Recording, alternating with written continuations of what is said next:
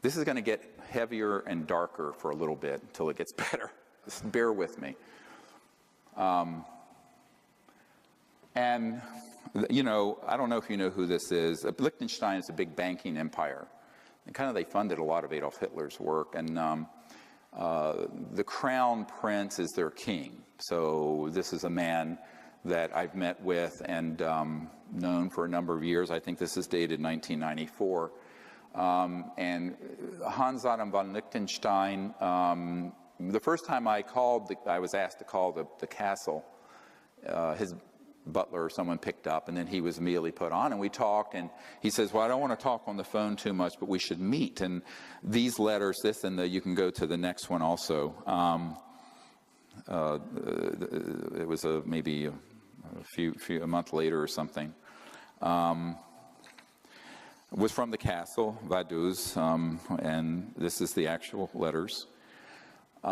He basically said to me, you know, let's get together. And I think he was wanting me to come to Europe, and I said, well, I'm too busy. I'm working as a doctor. And then it ended up, and although it's not reflected in this letter, he came to New York and stayed at the Four Seasons Hotel there in Central Park. And so he invited me over, and I had a meeting with him. But he says, from what I know of your assessment is correct about the group, this cabal, which is controlling the issue we discussed, UFO.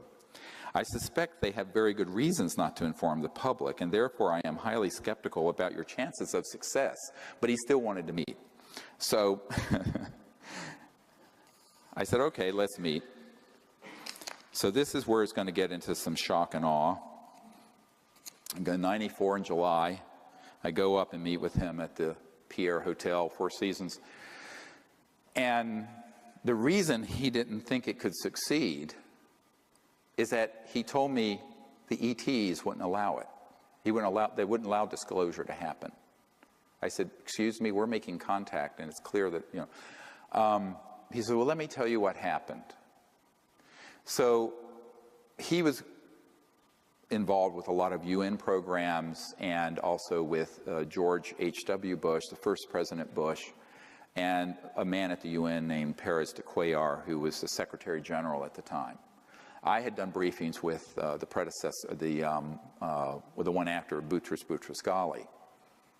And he said to me, the reason I, on the phone, told you that it wouldn't be allowed isn't that it wouldn't be allowed from the point of view of the government, but the aliens won't allow it. I said, well, that's ridiculous. I mean, since we've been talking, we've gone down to Mexico, had a craft come out. I said, they're obviously wanting to make contact if we do it in a peaceful way and not a military way.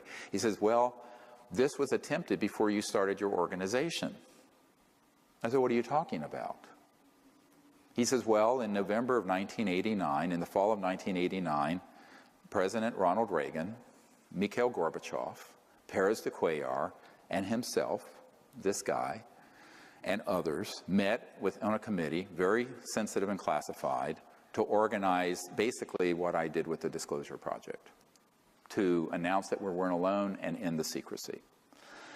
And he said what happened is that Perez de Cuellar, the Secretary General of the United Nations, was coming back from a 3 a.m. late night planning session for this event when he was abducted by aliens from his motorcade in Manhattan. And I said, oh, really? And he proceeded to tell me the gory details of what happened. So Perez de Cuellar was taken somehow out of the motorcade onto an ET craft where he was threatened by the ETs and told, if you disclose this information, we will abduct every world leader involved, including the President of the United States. Now, this is from a person who was at the table for this planning session. To my ears, now to you. And I went, oh, come on, really? And he said, yeah, it blew up like an atomic bomb in the Bush White House. Subsequently, I found out that up at Kennebunkport, there were all these UFOs zipping around when Bush was up there out on his cigarette boat. And they didn't realize they were ours. So now we're getting into false flag 101. up to and including being able to deceive members of magic. And it took me a long time to get to the bottom of this mystery. Now, people like Bud Hopkins thought it was a real abduction case. And I looked into it, and I found out that if you go back to the Roswell event, there was a red-headed sergeant who was the badass guy who threatened to kill everyone, all those ranchers who saw this thing crash. His son became a part of Magic security, this renegade group, this splinter group, who was involved with abductions and stopping leaks within Magic itself.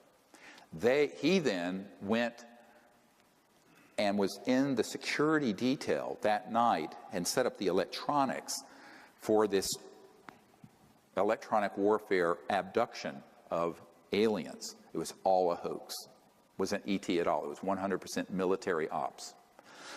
And so we're going to get into this in a moment, how these operate. And so Paris de Cuellar, of course, not knowing about that end of the classified world, and I would say Papa Bush neither, thought it was actually ET. And it blew up, as I said, like an atomic bomb in the Bush White House. And Gorbachev, they pulled the plug on the plans to do disclosure and end secrecy in 1989 at the end of the Cold War. And I think it's strange that in January of 90, 2 months later, it's when I had a contact event at my house in North Carolina with an ET and that said basically, pick up what you've dropped.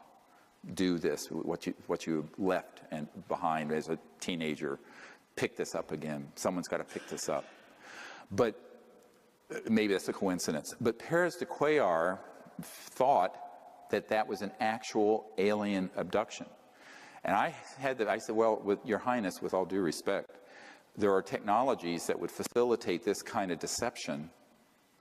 And the military term, so you know it, is a false INW, or a deceptive INW, indication and warning. And it's basically like the Gulf of Tonkin event in Vietnam. You basically exaggerate or hoax an event that then manipulates policymakers. So this was the ultimate takedown of official disclosure, which was about to happen in 1989. Got it? 26 years ago, November 1989. So here we are in 2015, and it took a lot to piece all this together, and I began to look into what the electronics were with this and what kind of technologies they might have. And one bit of insight that the prince had, he said, so he told me that the reason he was funding the abduction groups is that he was convinced that there was an existential threat from outer space. That's been the Sub Rosa plan since the 56. And that he wanted people to hate the aliens enough to pay the blood and treasure of World War III. And he also wanted it to be eschatological, where it would result in the end of the world so that Christ would return and the good folks would go up in a flying saucer, I guess, with Christ. Now, this is what he was telling me. I'm just listening. And I'm going, whoa, this is like, woohoo. And he was completely convinced that this is what needed to happen. This sort of end of the world eschatology is the study of the end of the world event, and that's why he was putting so much money in and providing so much funding to Mac and David Jacobs and Bud Hopkins and all this. And he told me, he says, I'm going to stop funding John Mack because he's become too positive about contact, and I only want to fund people who are going to put things out there that scare people and make them hate the aliens. He said this. So I went, oh boy. Now this is connecting a dot that all of you better listen to very carefully. It's the last thing you learn today. And that is that there is an overarching agenda that was hatched in the 50s. Remember that psychological warfare document and its value? That was hatched in between 53 and 56 to create the specter of a threat from outer space that does not exist. Wernher von Braun stated on his deathbed, and we have the testimony of his assistant, that and said they will first have the Cold War, Then we decided there would be nations of concern, then global terrorism. We have this testimony from before 9/11. Then that would be followed by threats from outer space. They'll start talking about asteroids and things of this sort, but the ultimate one they're going to play is the alien threat, and it's all a lie, and it's all a hoax. But in order for the lie to work, they have had to create a body of disinformation, false information, and frightening scenarios, and actual events that would be convincing to our policymakers like Reagan, convincing to the average person, and to the UFO public that consumes videos, entertainment consoles, movies, etc. And that has been the 50 to 60 year plan. Don't forget that no less a figure than Douglas MacArthur in his last address to the Congress said World War III will be interplanetary. So they have been wanting to provoke an interplanetary conflict for as long as I've been alive, and I'm no spring chicken. And, all right, so this gets into a huge problem of how people consume information and can be manipulated through fear. Because if you look at the roots of human warfare, the early days, and even today, it's people abducting people, a tribe's women, raping them, abusing them sexually, etc., and so on. This is all stuff that they are simulating and saying that the ETs are doing through these abduction scenarios. It is 100% being done by military special operations that are this paramilitary force. And this is the deep end of the pond. Now, when I discovered this back in 1994, now this is 21 years on, I was told by someone in the intelligence community, don't talk about that, because that's what's really dangerous for you. And it's also what will discredit you, and it will also cause them to hate you the most, because you're defanging their whole war plan. The next big war is not terrorism, it's interstellar. And if you expose that it's a hoax, it takes all the steam out of their plan. I said, yes, but if we don't, we're cooked, because there's no way you can have war that's interstellar and survive it. It'd be worse than mutual assured destruction, because the technologies are 1,000 times worse than a hydrogen bomb. So I said, look, we're going to have to figure out how to deal with this. And the only way I know how to do it is put the sunlight in there and let people know what the truth is. So a man came along. If we go to the next slide. And you probably have seen this. It's up on our website. When we first put it up, it had over 600,000 views. The next day, the intelligence community went in and said there were 6,000 views. By the way, if you believe the metrics on Google and YouTube, I have a bridge to sell you. It's all can be manipulated because it moves you down the search engines. So when this hit, within a couple of days, had 600,000 views. This man, William Pollack, his name is pronounced Powlick, was a man, very good man, who gave me an interview only to be released posthumously after he died. And not long, a few years ago, I got a letter from his wife, significant other, I guess, they weren't technically married, with a death certificate and a letter giving me permission, and he had passed away. And I have a lot of these, and I honor my word about keeping a confidence. So what happened is that he gave me this interview, and in it, he talks about the development of RF radio frequency chip implants back in the 70s and 80s. And when he was developing, it was totally an accidental thing that happened. He was with a company that developed it. He then got called into the CIA, and they started doing special programs for the CIA to develop it. And at a certain point, Siemens in Silicon Valley manufactured 2 billion of them, with a B, of these RF chips. And the way they work, I mean, they can be so miniaturized, you could eat something with it, it has a radio and it can transmit not only where you are, but the really advanced ones have a neurophone capability to control thought and behavior. Very sinister stuff. So you can actually do a lot of psychological warfare with these RF frequency chips. Now that was the early stages in the 70s and 80s. Now you figure, 40 years later, they're more and more and more and more sophisticated. And as I've watched the whole UFO subculture sort of get involved with this whole fascination with abductions and implants, I went, yeah, but EG&G is one of the plants is on the edge of the Area 51. They're the ones manufacturing the implants that you're taking out of these abduction victims. Absolutely. They're not coming from outer space. They don't need that.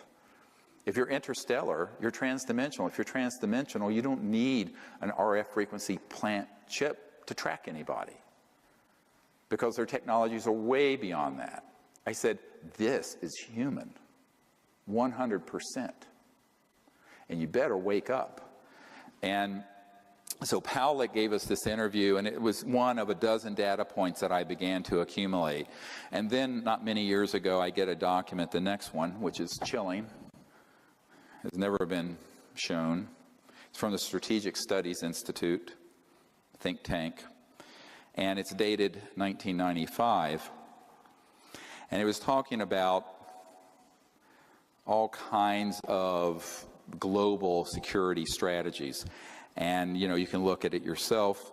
Cult-programmed graduates, blah, blah, blah, who will be expected to participate in contrived UFO abduction scenarios. Listen carefully. Oh, we need the next one up. Strategic Studies Institute. Is it? I can't see the screen. Is it up? All right. So I loathe reading to people but this I will. And number 2, create a global UFO cult, which will involve, this is what needs to be done in order to actuate this false flag operation, that will involve the abduction of citizens so as to foster an illusion that this Earth is facing an extraterrestrial invasion. UFO abductees of preference will have an experience in computer technologies, since that expertise will be required in future technocratic RMA scenarios. Use of experimental drugs, holographic projection capabilities, directed energy technologies, I'll get into that in a moment, induced auditory input. These are the neurophones I mentioned that Wernher von Braun said the most dangerous thing is the neurophone, non-local things that can be done to make people think they're having an experience when they're not.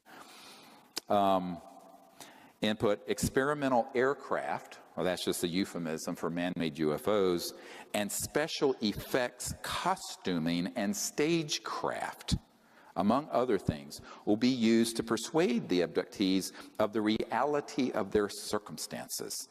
Official denials regarding these events will employ reverse psychology to ensure that all such denials are taken as official confirmation of an imminent and/or ongoing extraterrestrial invasion. This is the next page. UFO abductees will be persuaded to worship their anticipated ET conquerors in cult-enforced religious fashion.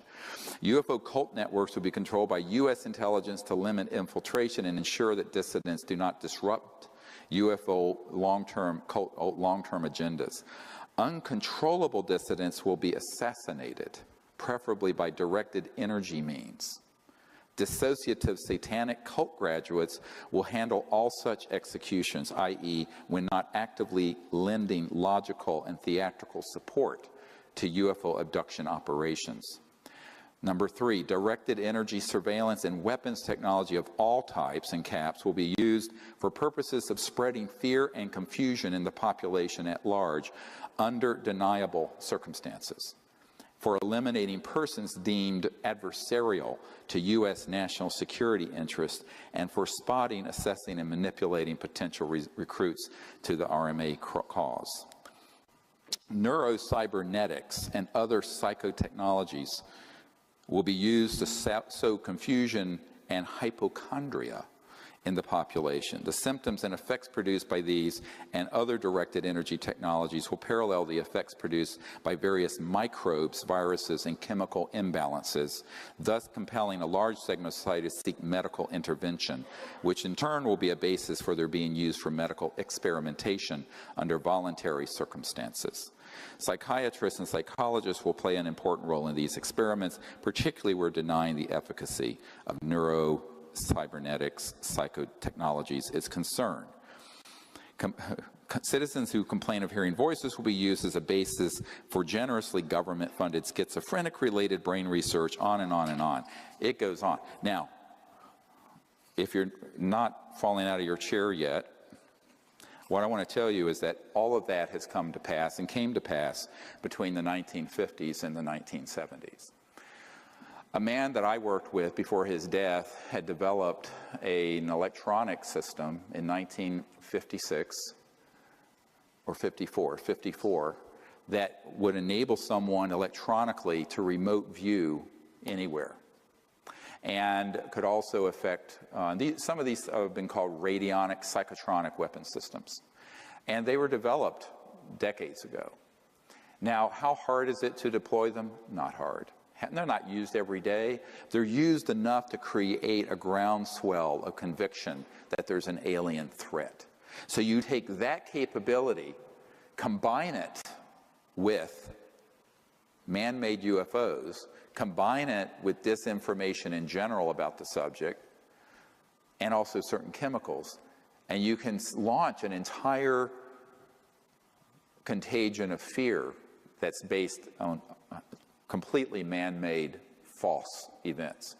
So this is the false flag event I wanted to warn you about.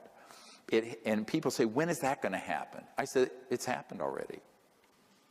It's already happened. The media, the film industry, any UFO conference you go to is going to be filled unwittingly, usually, not always unwittingly, but usually with information that is this kind of disinformation designed to create an us versus them dynamic of an alien threat. And the reason for it is that that is the only way to grow the military-industrial complex. You know, Leon Panetta, the CIA director and then Secretary of Defense, but when he was CIA director, said, you know, we're spending $110 billion a year chasing down 70 al-Qaeda members in Afghanistan. Ridiculous. And in order to sustain the level of expenditures and grow the military-industrial intelligence laboratory financial complex, you got to have another enemy.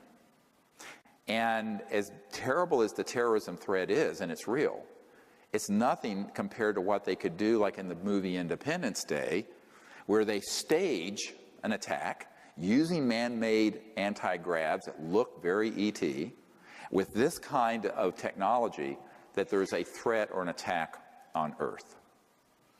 So, heads up, Wernher von Braun, on his deathbed, warned that this would happen and it would be hoaxed. We've had so many people. I have met with one man, I can't get him to come forward, and then another, and then another, and then another, who spoke of, in the early days, they used, I know this sounds terrible, but he was a little guy, and it was a little, he was so short, and they basically did like you would in a movie, suit and head and mat to make him look like an alien.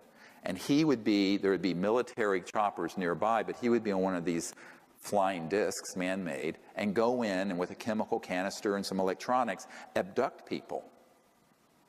And he says, oh yeah, I was on an abduction squad, it was way back, I think in the 60s. They've gotten better, and I say better, and they've become more efficient because over the decades they've developed little creatures that look like an ET. They may look gray or like a reptile or this, and they kind of walk like this. They have this robotic, weird walk, and if you look at the, I saw the video that Stan Romanek had of the one that came into his house, that basically a film company bought up in Black Shell. Nobody has seen this. I was at his home. And the one that came into his house was exactly one of these so-called gray-like creatures. And the way it moved was this very robotic. It was so obvious that it was a biomachine. And if you go into the brain, it is physical. It has a biological component, but it's laced, the neural cortex is laced with integrated circuits. And it's completely under control of these military operatives. But he thought it was an alien. I said, well, it was an alien, but not an ET. So I use the word alien, which has a very xenophobic ring, to connote the man-made ones, and the ETs are the ones that are interstellar. The aliens that are man-made are ones that are completely under the control of these paramilitary operations. And the stagecraft, if you use the language of this Strategic Studies Institute document, is so good that it would fool anyone. The president, the CIA, you could abduct, and they did. They abducted Pérez de Cuellar out of his limousine using this stuff, and he thought it was ET. And that's why they killed the initial plan to end secrecy at the end of the Cold War. Gorbachev was on board, Reagan was on board, Pérez de Cuellar, head of the UN, Prince of Liechtenstein was involved, et cetera, and so on. Killed it. Now we're getting, this I know is where everyone's going, can this man have lost his mind? Every word I'm telling you is true. This is the heart of the secrecy. How do you convince people there's another species to hate?